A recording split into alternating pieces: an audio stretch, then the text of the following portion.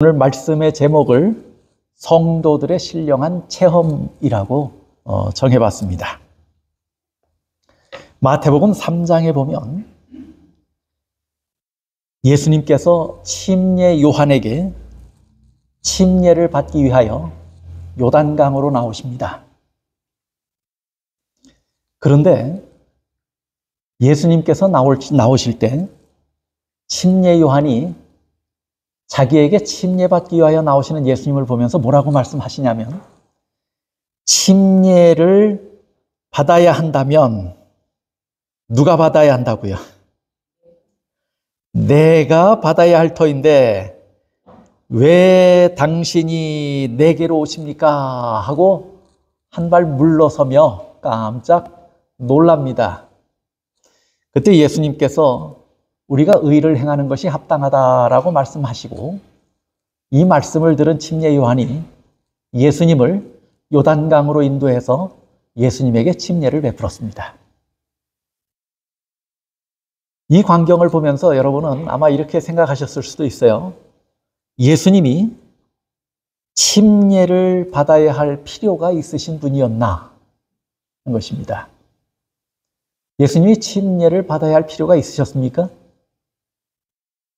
왜 침례를 받았습니까?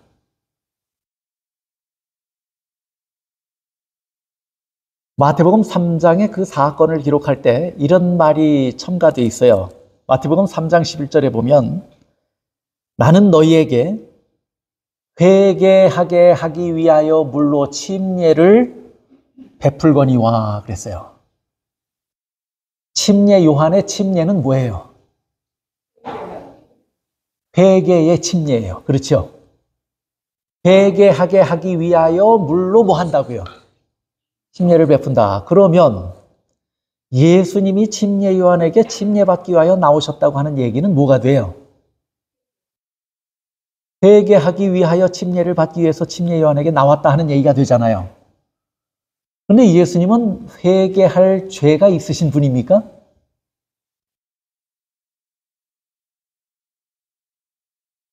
회개의 침례라면 예수님은 죄가 없으시니까 회개의 침례가 예수님에게 필요합니까? 필요하지 않습니까? 필요하지 않아요. 그런데 왜 예수님은 침례 요한에게 나와서 침례를 받았습니까? 물론 예수님께서는 인류를 구속하시는 그의 공생애의 시작을 알리는 의미에서 침례를 받으셨을 수도 있습니다. 그렇죠? 또 침례를 받고 올라오실 때 하늘이 열리고 하늘에서 음성이 들렸어요. 무슨 음성이 들렸어요? 이는 내 사랑하는 아들이요 내 기뻐하는 자라 하는 음성이 들렸어요. 이런 놀라운 사건이 일어나긴 했지만, 그럼에도 불구하고 우리는 근본적으로 질문을 던져볼 수 있어요. 예수님은 왜 침례를 받으셔야 했느냐 하는 것입니다. 왜 받으셨는가? 침례 요한의 침례는 회개의 침례였어요.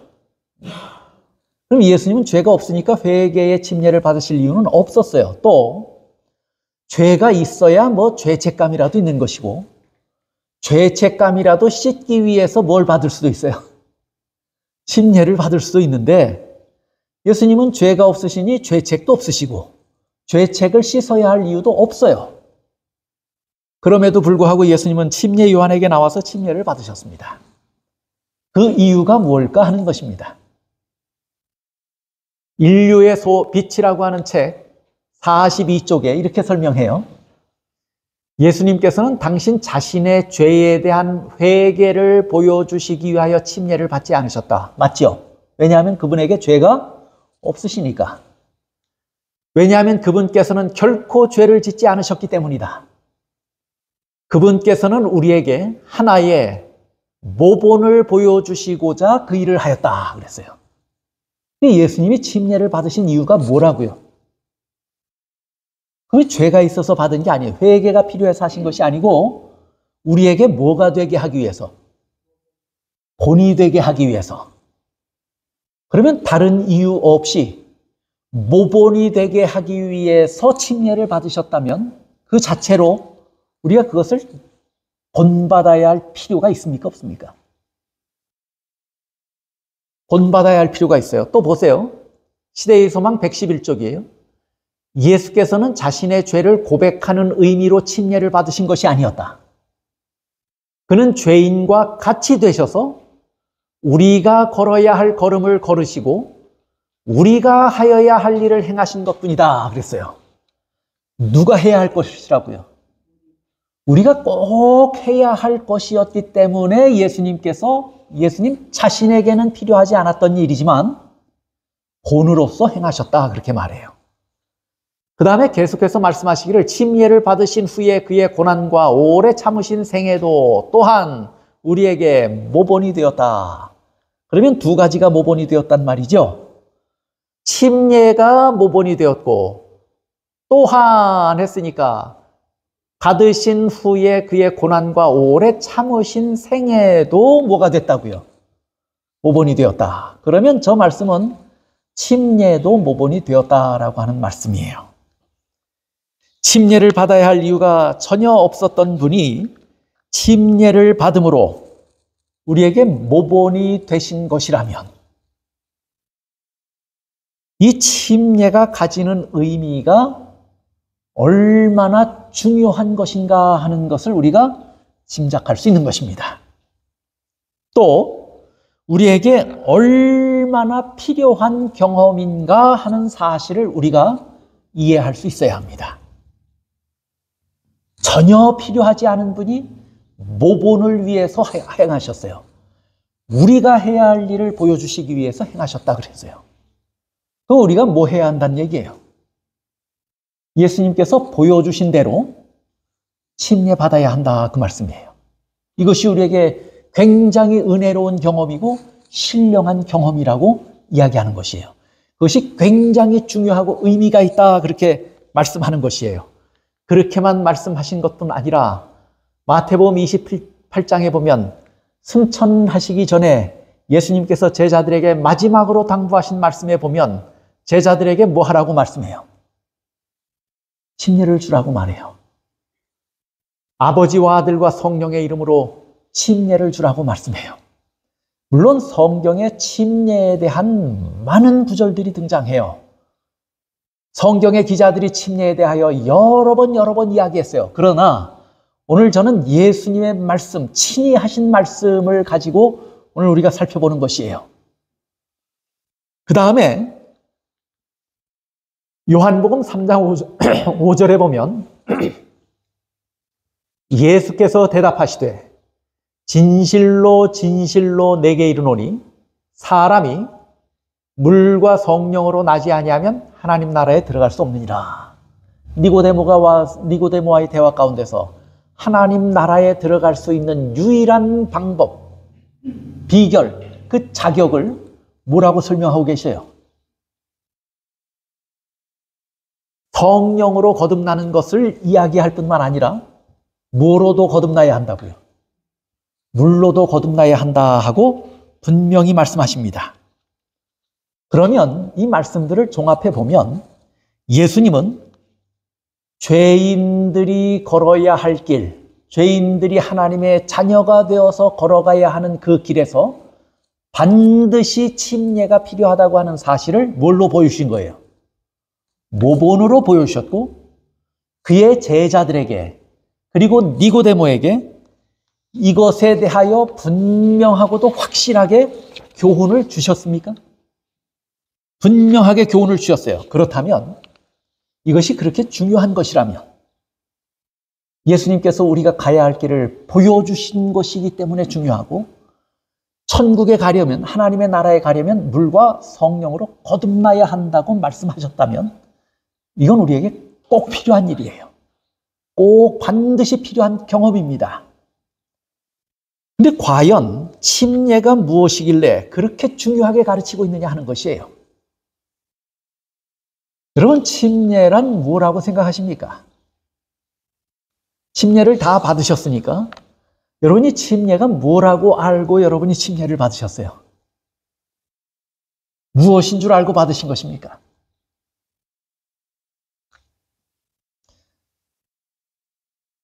우리가 로마서를 공부하는 중이니까 성경에 있는 모든 침례의 이야기를 다 우리가 살펴볼 수 있는 시간이 없어요. 로마서만 가지고 해도 시간이 부족해요. 오늘 우리가 로마서의 사도 바울이 로마서 6장에 언급한 침례의 의미를 좀 중심으로 해서 살펴보려고 합니다. 침례란 무엇인가? 그리스도의 죽으심에 뭐 하는 것이라고 그랬어요? 연합하는 것이다. 동참하는 것이다. 로마서 6장 3절 보세요. 무릇 그리스도 예수와 합하여 침례를 받은 우리는 그의 뭐하고 합한 것이라고요? 죽으심과 합하여 침례를 받은 줄을 알지 못하느냐 하고 말씀해요. 침례는 단순히 우리가 물속에 잠겼다가 일어나는 그런 단순한 의식이 아닙니다. 이것은 믿음의 행위이고 순종의 표시입니다. 침례라고 하는 것이 상징하는 의미하는 침례라고 하는 것의 상징이 의미하는 그 내용에 믿음으로 뭐 하는 거예요? 동참하는 거예요. 믿음으로 참여하는 것이에요. 바울은 오늘 본문 가운데서 이 침례를 그리스도와 연합하는 것이라고 하는 은유적 표현을 사용합니다. 그리스도의 무엇과 연합하는 거예요? 무엇과 연합하는 것이라고 그랬어요? 그의 죽으심과 연합하는 것이다. 그렇게 설명합니다. 사도행전에 보면 이 사실에 대해서 이렇게 설명해요. 그들은 믿음으로 그리스도의 속죄의 희생에 대한 놀라운 진리를 붙잡았다. 오순절에 사도들의 설교를 들은 수많은 군중이 뭐 하는 일이 벌어집니까? 회개하고 뉘우치고 돌아와서 예수를 구주로 고백합니까? 그리고 침례를 받았어요. 그렇죠? 근데 그들에 대해서 설명을 해요. 그들은 믿음으로 그리스도의 속죄의 희생에 대한 놀라운 진리를 붙잡았다. 그들이 뭘 깨달았단 얘기예요? 예수님의 죽으심이 가지는 의미가 무엇인지를 깨달았단 얘기예요. 그렇죠? 예수님의 희생의 의미를 깨달았어요. 예수님이 죽으심의 의미가 무엇인지를 깨달았어요.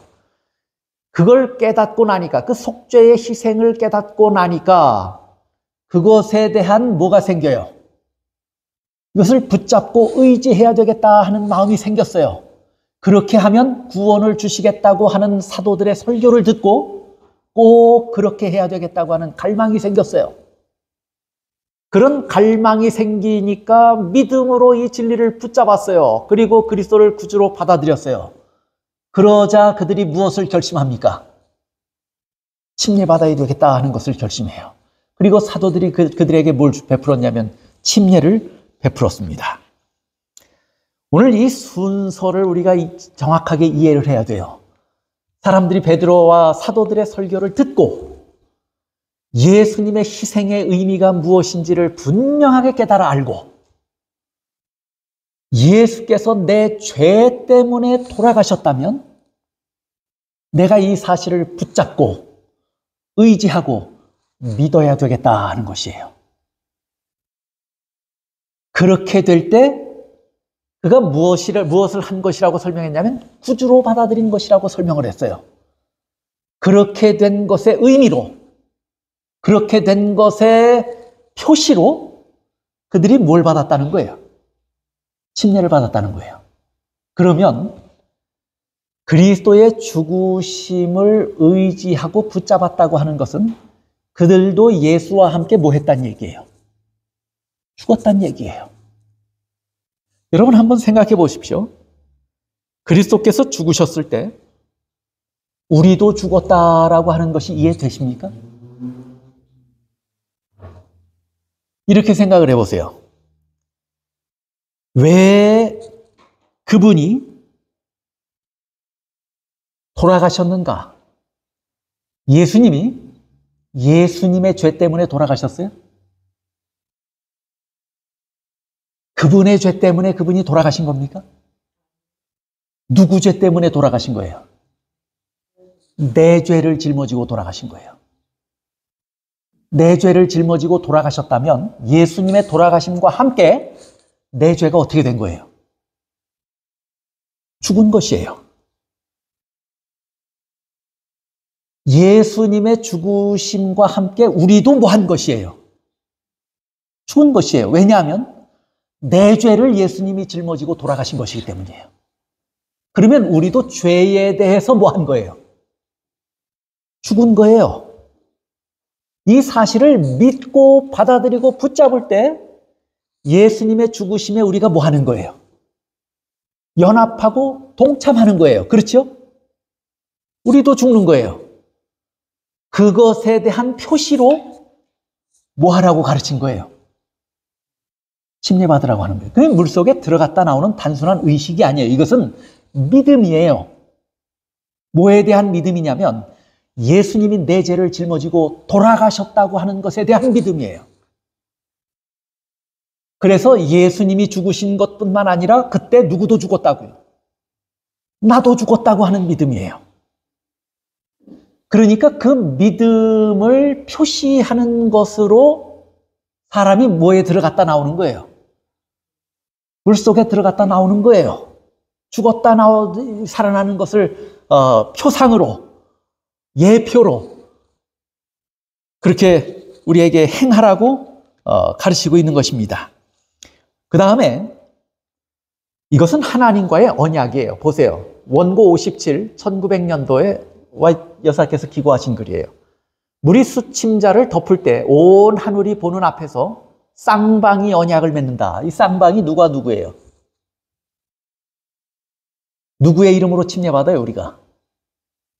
아버지와 아들과 성령의 이름으로 침례를 받아요. 그래서 이 글의 말미에 충성스러운 새로운 생명으로 무덤에서 일어난다. 그런데 이들 무덤으로 들어가기 전에, 물무덤으로 들어가기 전에 아버지와 아들과 성령의 이름으로 물무덤으로 내려간다고 그랬어요. 그렇게 할 때 하늘에서는 아버지와 아들과 성령께서 지켜보고 계신다고 그랬어요. 제가 그 말이 길어서 그 말을 빼고 나머지만 올린 거예요. 그런데 이것을 설명하면서 뭐라고 이야기를 했냐면 하늘이 보는 앞에서 쌍방이 언약을 맺는다 하고 말했어요. 누가 누구와 맺는 언약이냐면 아버지와 아들과 성령께서 하늘에서 보고 계시고 이렇게 하면 네가 죄에서 뭐 되는 것으로 자유함을 얻고 구원 얻은 것을 믿음으로 받아들였다고 하는 것의 표식으로 삼아서 하나님께서 그것을 표식으로 하나님과 우리 사이에 뭐가 맺어지는 거예요? 언약이 맺어지는 거예요. 그래서 뭐라고 이야기를 하냐면 로마서 6장 11절에 보시면 이와 같이 너희도 너희 자신을 죄에 대하여는 죽은 자요. 침례받을 때 그리스도 예수 안에서 하나님께 대하여는 살아있는 자로 뭐 하라고 그래요? 여길지어다. 왜 저렇게 말씀해요? 언약이기 때문이에요. 언약이 체결된 것이기 때문이에요. 쌍방간의 언약이 체결된 것이니까 저렇게 하면 네가 죄에 대하여 죽고 의에 대하여 하나님에 대하여 산 자로 우리도 여기라고 말씀하실 뿐만 아니라 누구도 여긴다는 거예요. 하나님도 그렇게 여기신다. 이것에 대해서 쌍방간에 뭐 한 거예요? 언약을 맺은 거예요. 그랬기 때문에 우리가 침례를 받았으면 뭐 한 것으로 여겨야 돼요? 죄에 대해서는 뭐 한 자로? 근데 아무리 봐도 죄에 대해서 죽은 자 같질 않잖아요. 우리 자신의 모습을 보면 우리의 감정과 느낌은 때로 어떠냐면 죄에 대하여 죽은 자로 생각이 됩니까? 안 됩니까? 그런데 감정과 느낌과 상관없이 뭐 하라고 말해요? 여기라고 말해요. 여기라고. 왜요? 이것은 그것보다 더 중요한 하나님과 우리 사이에 뭘로 맺어진 거예요? 언약으로 맺어진 일이기 때문에 우리의 감정과 느낌에 치우치지 말고 뭐 하라는 거예요? 언약이 맺어졌으면 그 언약이 실행되고 있다고 하는 사실을 뭐 하라는 거예요? 인정하라는 얘기예요. 그렇게 여기라고 말씀해요. 가만히 바라보면 내 옛 자아가 죽은 것인가 의심스러울 때가 한두 번이 아니에요.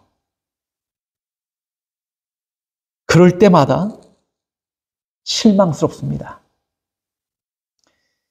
그러면서 우리가 실망도 하고 낙심도 하고 실족도 해요. 그런 감정이 들 때마다 누굴 바라봐야 하냐면 예수님을 바라봐야 합니다. 예수님의 언약을 바라봐야 합니다. 내가 죽었기 때문에, 내가 회개했기 때문에 예수님이 죽으셨습니까? 내가 죽었기 때문에 예수님이 죽었습니까? 아니면 예수님이 죽었기 때문에 내가 죽은 것입니까? 예수님이 죽었기 때문에 내가 죽은 거예요. 그렇다면, 그것이 사실이라면, 예수님이 내 죄를 지고 죽으셨다면 내 옛사람은 뭐 한 거예요? 죽은 거예요. 그리고 침례를 받으면 그것이 사실이라고 인정하겠다 하는 의미로 침례라고 하는 것을 매개체로 해서 하나님과 우리 사이에 뭐가 맺어진 거예요? 언약이 맺어진 거예요. 그러면 우리의 감정과 상관없이 우리는 뭐 해야 되냐면 자신에 대해서는 이미 죽은 자라고 하는 사실을 인정하고 그렇게 여겨야 한다고 말합니다. 우리 자아가 아직 살아있어서 부족한 것 같아도 실망하거나 실족하지 말고 그럴 때마다 예수님을 바라보고 예수님과 맺은 언약을 바라보고 예수님이 내 죄 때문에 돌아가셨지 하는 사실 앞에 우리도 내 죄에 대하여 죽은 자라고 하는 사실을 인정하고 그렇게 여기라고 말합니다. 그렇게 여기라고 말씀하는 거예요. 이것을 믿는 믿음으로 뭐 하는 거예요? 이것을 믿는 믿음의 표시로 침례받는 거예요. 그리고 그 사실을 믿음으로 받아들이고 그리고 믿음으로 침례를 받았다면 우리는 죄에 대하여 죽은 자로 뭐 해야 돼요? 여겨야 돼요. 이런 의미에서 로마서가 가르치는 침례의 의미는 첫째는 뭐냐면 예수님으로 말미암아 우리가 죄에 대하여 죽었다고 하는 사실과 그것을 인정하는 믿음의 행위로 침례를 받으라고 말씀하고 있는 것입니다. 우리가 예수님의 피로 죄가 용서받은 것을 실제로 믿는 것의 표시로 침례를 받는 것입니다. 한 남녀가 서로 사랑하게 됐어요. 그리고 평생을 같이 하기로 약속했습니다. 그리고 많은 사람들과 가족들을 다 불러 모으고 그 앞에서 혼인 서약을 하고 결혼식을 했습니다. 그러면 이제는 두 당사자뿐만 아니라 모든 그를 둘러싼 주변인들이 다 그들을 뭘로 여겨요? 부부로 여깁니까? 부부로 여기는 거예요. 그들이 때로 싸워요, 안 싸워요? 부부같이 살아요, 안 살아요? 벌써부터 각방 쓰고 부족한 것, 부부로서 바라보기에는 부족한 것 참 많은 그런 삶을 살지만 뭘로 여겨요? 아직도 부부로 여겨요. 왜 그래요? 그들이 서로에 대해서 사랑했고 그 사랑의 표시로 서로 언약을 맺었어요. 그리고 사람들과 자신들의 그 서약을 사람들 앞에서 뭐 했어요? 공개적으로 표시했어요. 그러면 모든 사람들이 그를 뭘로 여기냐면 부부로 여깁니다. 마찬가지예요. 우리가 예수님의 보혈의 그 피의 공로가 무엇인지를 분명하게 이해했고 그것을 믿음으로 붙잡았다면 하나님께서 뭐라고 말씀하시냐면 그렇게 했다면 뭐 하라고요? 침례받으라. 그러면 하나님께서 그것을 조건으로 해서 우리와 언약을 맺으시는데 그렇게 맺어진 언약 때문에 이제는 뭘로 여기라고요? 자신에 대해서 죽은 자로 여기라 그 말이에요. 결혼식까지 했으면 부부로 여기듯이 약속을 맺고 약속을 이행했으면 여겨야 하는 것이에요. 우리는 우리의 죄에 대하여 죽은 자라고 하는 사실을 인정해야 합니다. 그렇게 여기라고 말합니다. 뿐만 아니라 침례라고 하는 것을 통해서 우리가 배워야 하는 또 다른 한 교훈이 있습니다. 그 두 번째 교훈은 뭐냐면 우리가 실제로 죄에 대해서 뭐 해야 한다는 거예요.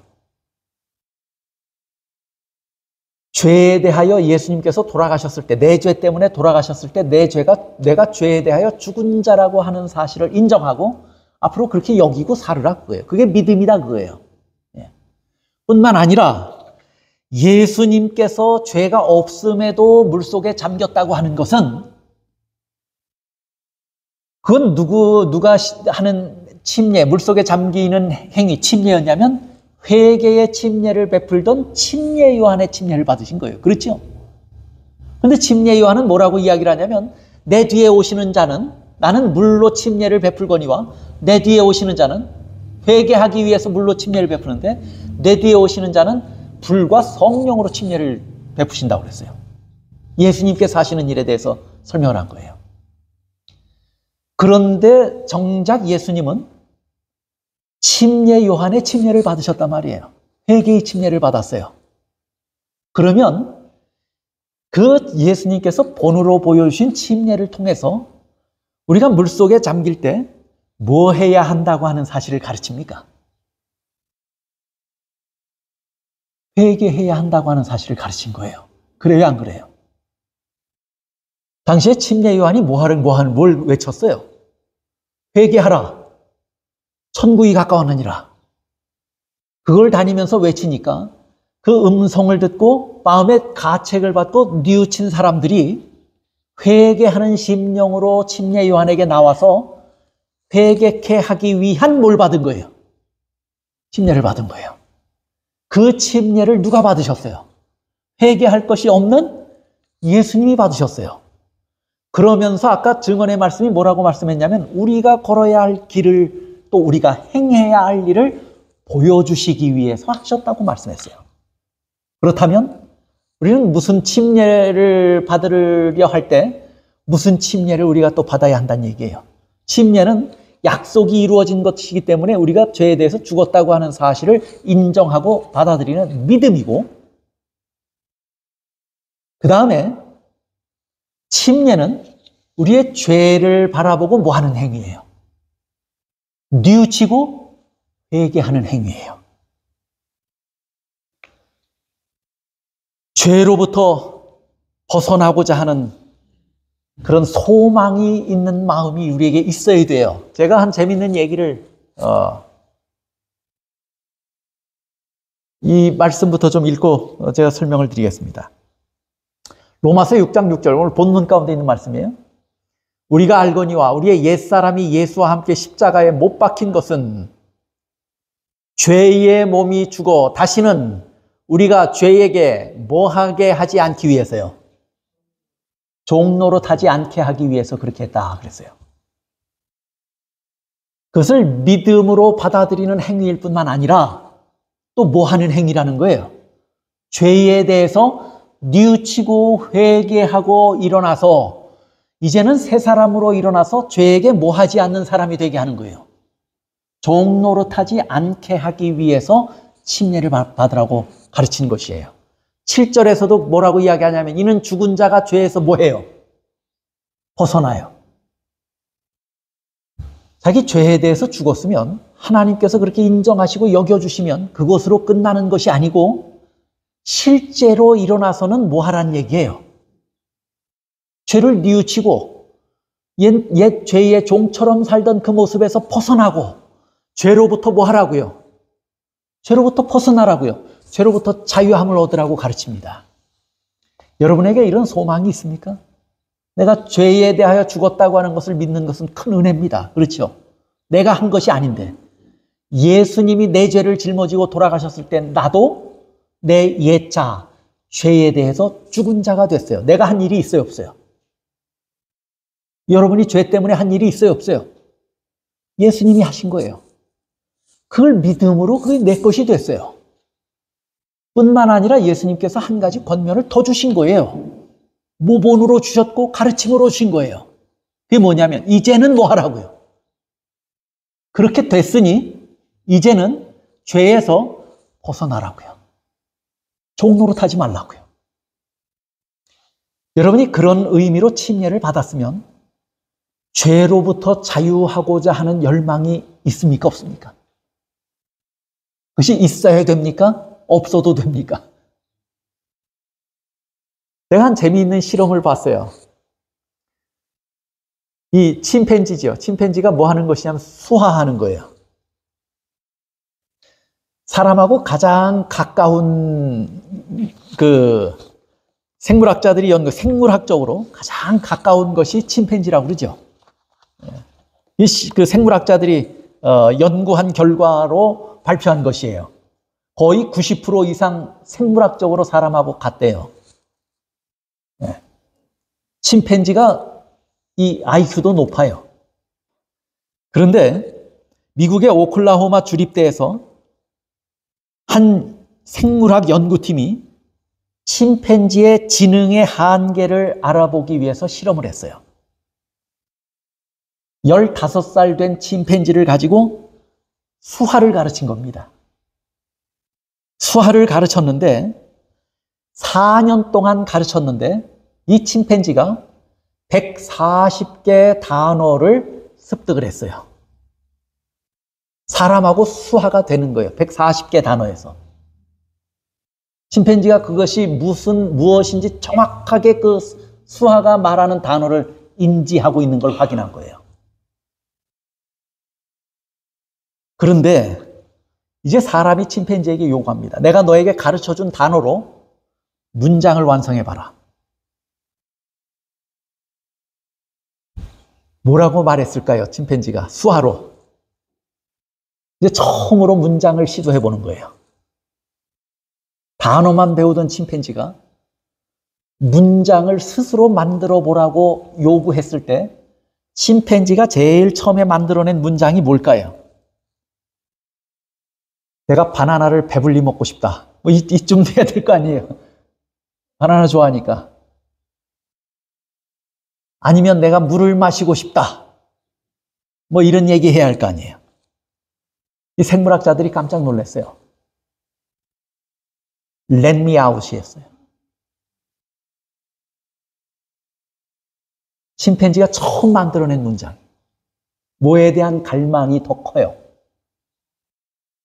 먹는 것보다 자유에 대한 갈망이 더 컸어요.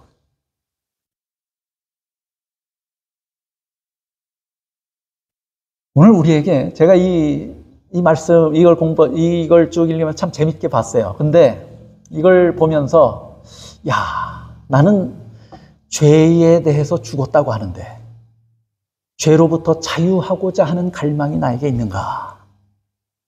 그런 생각을 해보게 된 거예요. 죄로부터 자유하고자 하는 갈망이 나에게 있는가? 옛 죄의 종이 되었던데, 그 흉측스러운 모습으로부터 내가 참으로 자유하고 싶은 마음이 내게 있는가? 이 소원이 내게 있는가? 침례는 우리에게 분명하게 그 사실을 가르쳐 줍니다. 원고 148쪽 1897년에 기록된 원고예요. 이건 출판되지 않은 책의 내용들을 원고로 분류해서 이야기합니다. 그리스도의 이름을 가진 사람들이 성화되지 못하고 거룩하지 못한 사람들이 참으로 많다. 그들은 침례를 받았지만 뭐한 채로 장례를 치렀다고요? 침례는 뭐 하는 행위예요? 죽는 행위인데 뭐 한 채로 받았어요?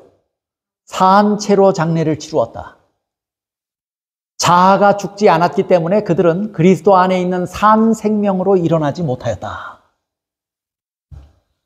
우리가 과거에 침례는 받았는데 분명하게 예수님이 내 죄를 대신 짊어졌기 때문에 나도 죄에 대하여 죽은 자라고 하는 분명한 믿음을 가지고 침례 받으셨습니까? 여러분의 과거의 경험을 생각해 보십시오.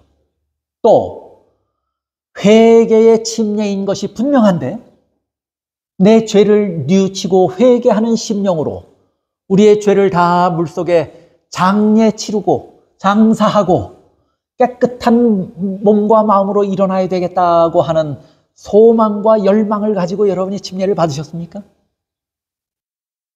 과거의 여러분들의 경험을 떠올려 보세요. 오늘날 교회에 거듭난 자들, 거룩한 자들, 성화된 자들이 많지 않은 것은 그 이유가 뭐냐면 침례는 다 받았는데 저렇다는 거죠. 저 이유가 뭐냐면 우리가 애당초 침례 받을 때부터 그 의미를 잘 알고 했다는 거예요? 모르고 했다는 거예요? 모르고 했다는 거예요. 내가 죽었다고 하는 사실을 모르고 받았어요. 또 내가 정말로 내 죄에 대하여 실제적인 경험 가운데서 회개하고 뉘우침으로 죽어야 한다고 하는 사실을 모르고 받은 거예요. 산채로 다 받았어요. 그러고 일어나서 사니 우리가 죽은 자예요? 산 자예요? 옛 자아를 그대로 간직한 채 살아가는 자로 사는 거예요, 지금. 여기지도, 그러니 그런 믿음도 부족하고 실제적인 경험도 우리에게 부족한 거예요.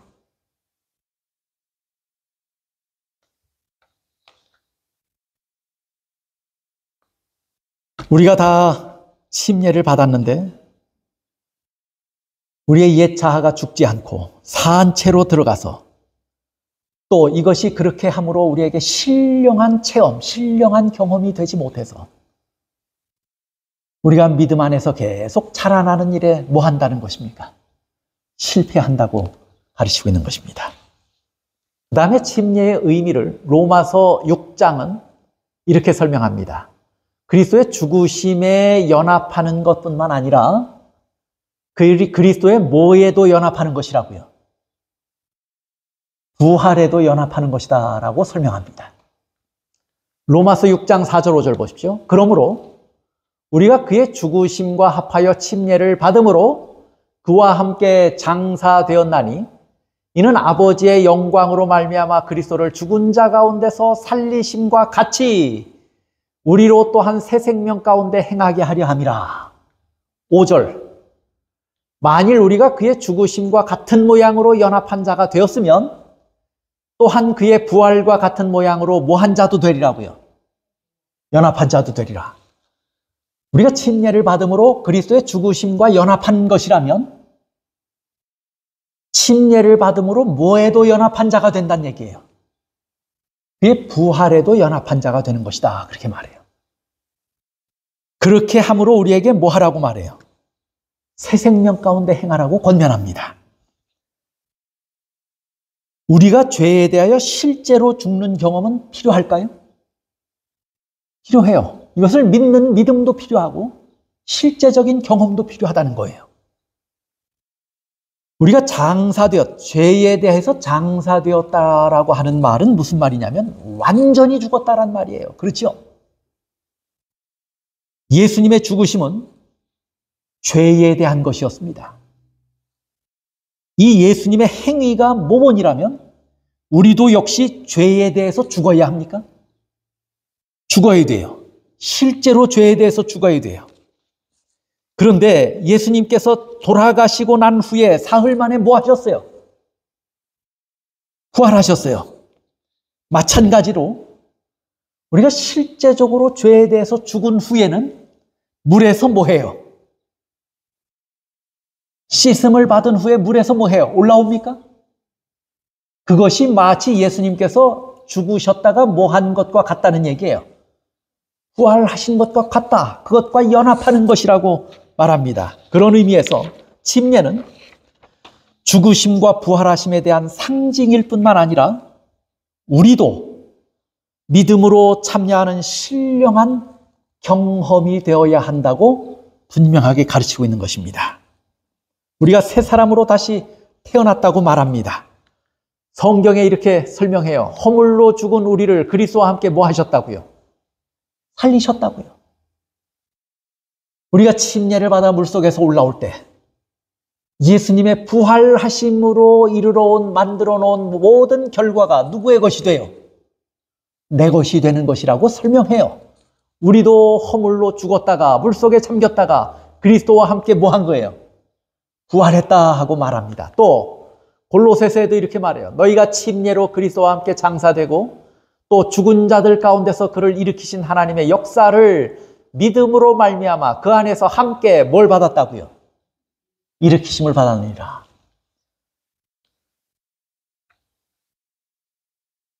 옛날에 어떤 한 목사님이 이 일에 대해서 이렇게 예를 들어서 설명을 하는 것을 제가 참 재밌게 읽었어요. 이 목사님이 어떻게 설명했냐면 옛날에, 아주 옛날에 신부가 신랑을 보지도 않고 뭐 하던 시절이에요. 보지도 않고 결혼하던 시절이에요. 그러면 결혼이 양가에 의해서 결정되고 그 신부가, 처녀가 신랑의 집으로 뭐 합니까? 시집을 가요. 가면 다시 돌아올 수 있었습니까? 못 돌아왔습니까? 못 돌아왔어요. 부부싸움 하면 친정엄마에게 연락할 수 있었어요? 없었어요? 나 이거 되돌리고 싶어 이런 말 할 수 있어요? 없어요? 그런 말도 못했어요. 그래서 시집가는 딸에게 뭐라고 얘기했냐면 너는 그 집안에 뭐가 되라고요? 귀신이 되라 이런 얘기예요. 너는 그 집안의 귀신. 그게 무슨 말이에요? 이제 우리 집하고는 뭐가 끊어지는 거예요? 연이 끊어지는 거예요. 연이 끊어져요. 돌아올 수 없는 거예요.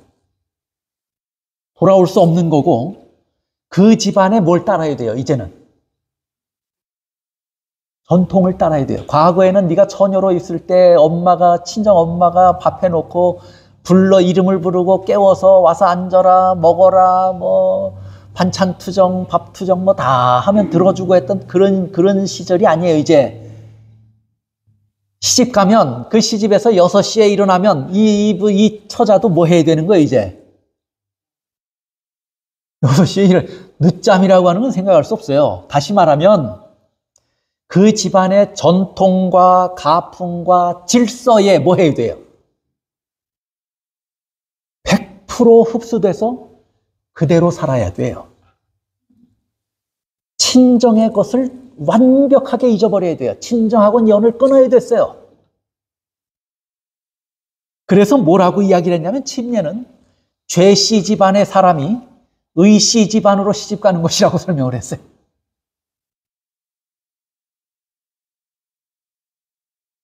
그럼 물속에 잠겼다가 일어나면 내가 물속에 들어갔다 나오니까 어떤 집안의 사람이 됐어요? 의씨 집안의 사람이 됐어요. 그러면 의씨 집안에 뭐가 돼야 돼요? 귀신이 돼야 돼요. 죄씨와는 뭐 해야 돼요? 연이 끊어져야 돼요. 그때 행했던 관습과 전통과 그때 행했던 질서를 따라서 살면 안 돼요. 새롭게 시집을 갔으면 그 집안의 가풍을 따라야 되고 그 집의 질서를 따라가야 돼요. 그래서 침례를 받고 일어났을 때의 모습을 설명하기를 뭐라고 설명했냐면 사도 바울은 새 사람이 되어야 하는 것이라고 설명을 했습니다. 침례를 받고 일어나면 새 사람이 되는 것이라고요. 그래서 에베소서 2장 19절에도 그렇게 말해요. 그러므로 이제부터 이게 뭐 한 후부터예요. 침례 받았으면 너희는 외인도 아니요 나그네도 아니요 오직 성도들과 동일한 시민이요 하나님의 권속이라. 하나님의 권속이란 말은 하나님의 식구라 그 말이에요. 그러면 죄씨 집안에서 누구의 집안으로 시집 간 거예요? 하나님의 가정으로 시집 간 거예요. 그것이 우리가 받은 침례예요. 그러므로 우리는 이제 이런 사람이 되었다라고 설명합니다. 그래서 로마서 6장 4절에 보면 뭐라고 말하냐면 이제는 새 생명 가운데서 뭐 하라고요? 행하라고요. 제가 한 증언의 말씀을 좀 더 소개하죠. 침례 중에 그대는 그리스도와 함께 장사되었으며 새 생명으로 살기 위해 물에서 일어났다. 그냥 일어난 것이 아니에요. 산채로 장사된 사람들은 그 모습 그대로 산채로 또 일어나죠. 그런데 진짜 침례는 그리스도와 함께 우리 죄에 대해서 뭐 해요? 죽는 거예요. 그리고 뭘로 일어나요? 새 생명으로 살기 위해서 물에서 일어나는 거예요. 그대는 새 생명을 받았다. 그대는 예수님 안에서 살아났다. 그대는 자신을 위하여 살아서는 안 되며 스스로 자신을 지켜야 한다. 침례가 가지는 의미가 무엇인지 명확하게 로마서와 증언의 말씀들은 우리에게 소개합니다. 제가 골로새서의 서신을 읽다 보니까 이런 말씀이 있어요. 너희가 그리스도와 함께 다시 살리심을 받았으면 너희는 이미 뭐 한 것이냐면 죽은 것이다. 그리스도와 함께 물에서 일어나서 살리심을 받았을 때 죄에 대해서는 뭐 한 것이라고요? 죽은 것이다. 그러므로 땅의 것을 생각지 말고 위의 것을 찾으라. 골로새서에 그렇게 말씀해요. 침례 받은 것의 결과로 우리가 물에서 올라올 때 진짜 그런 믿음과 의미를 가지고 실제적인 경험 가운데서 침례를 받기 위해 물속에 들어갔다면 우리는 뭐 합니까? 물속에서 나와야 돼요. 그럴 땐 어떤 사람으로 나와요? 새 사람으로 나와요. 하나님의 권속으로 나와요. 그렇기 때문에 로마서와 성경의 기별들이 뭐라고 권면하냐면 이제는 뭘로 살라고요? 새 사람으로 살으라고 권면합니다. 오늘 침례에 대한 로마서의 가르침을 제가 좀 장황하게 설명을 했지만 간략하게 4가지로 좀 요약을 해서 다시 설명을 드리고 싶습니다. 로마서에 오늘 우리에게 주신 침례에 대한 말씀의 요약이에요. 첫째, 우리는 그리스도의 죽으심과 부활하심으로 우리 죄가 속량되었고 그분이 우리의 구세주 되심을 뭐 해야 한다? 분명하게 믿어야 한다. 다시 말하면 예수님이 죽으심으로 우리도 뭐 한다는 거예요? 나도 죄에 대해서 죽었다고 하는 사실을 뭐 하라고요? 믿으라 그 말이에요. 그 다음에 2번째는 뭐냐면 그 사실을 믿음으로 우리도 연합하여 물속에 우리 죄를 장사 지내고 새 사람으로 일어나는 침례, 곧 신령한 경험을 반드시 해야 한다. 이것이 로마서의 가르침입니까? 로마서의 가르침이에요. 오늘 로마서 우리가 살펴본 본문의 말씀이에요. 그 말씀의 요지예요. 그 다음에 3번째, 마가복음 16장 16절에 믿고 침례를 받는 사람은 구원을 얻을 것이요 믿지 않는 사람은 정죄를 받으리라. 이 굉장히 중요한 말씀이에요. 꼭 필요하다 그 말이에요. 그래서 로마서도 그 사실을 설명한 거예요. 물속에 우리 죄를 장사 지내고 새 사람으로 일어나는 침례, 신령한 경험을 반드시 해야 한다고요. 그 다음에 3번째 요약입니다. 이제는 우리가 죄에 대하여 죽고 하나님에 대하여 살았다고 믿을 뿐만 아니라 왜요? 이것은 언약이기 때문에. 그렇죠? 우리의 감정과 느낌에 상관없이 뭐 하라고요? 여기라고요. 분명하게 로마서는 그렇게 설명합니다. 그 다음에 4번째, 이제 우리는 새 사람으로 일어났으니 다시 죄 가운데 거하지 말고 무엇 가운데 거하라고요? 새 생명 가운데 거하라고 말씀합니다. 시집 갔으면 그 집 사람이니까 이제는 그 집안의 질서를 따라 살라고 권면하고 있는 것입니다. 우리는 다 침례받은 분들이 여기 계시지요. 침례의 의미가 우리 신앙의 경험 가운데 얼마나 소중한 것인지 다시 한번 진지하게 생각해 보시는 시간이 되시기를 바랍니다. 여러분이 과거의 이 의미를 다 이해하지 못하고 침례를 받으셨을지 몰라요. 그러나 그렇게 여러분이 침례를 받으셨다면 이제라도 그것이 얼마나 중요한 의미를 가지고 있었던 것인가를 새롭게 이해하게 되시기를 바랍니다. 그리고 여러분과 하나님 사이에는 뭐가 맺어진 거예요? 침례를 통해서 하나님의 자녀가 됐고 우리의 죄가 용서되었다고 하는 사실을 하나님과 뭘로 맺은 거예요? 언약으로 맺은 거예요. 이제 여러분이 실제로 하나님의 자녀인 것을 믿으시기 바랍니다. 그리고 오늘 우리가 뭐 해야 하냐면 실제로 내 죄가 물속에 장사되었고 나는 지금 새 사람으로 살고 있는지 우리 자신을 진지하게 돌이켜보시며 살게 되시기를 바랍니다. 이것이 침례받은 사람들의 삶의 모습이어야 합니다. 우리 모두가 함께 이 믿음의 신령한 경험을 가지게 되기를 바라고 이 길에서 우리 중 한 사람도 실패하거나 또 그 믿음의 길에서 뒤로 물러서는 사람이 없도록 이 신령한 경험이 실제적인 날마다의 우리의 삶에서 우리 모두가 개인이 다 경험하며 살게 되시기를 간절히 바라면서 오늘 말씀을 줄이겠습니다.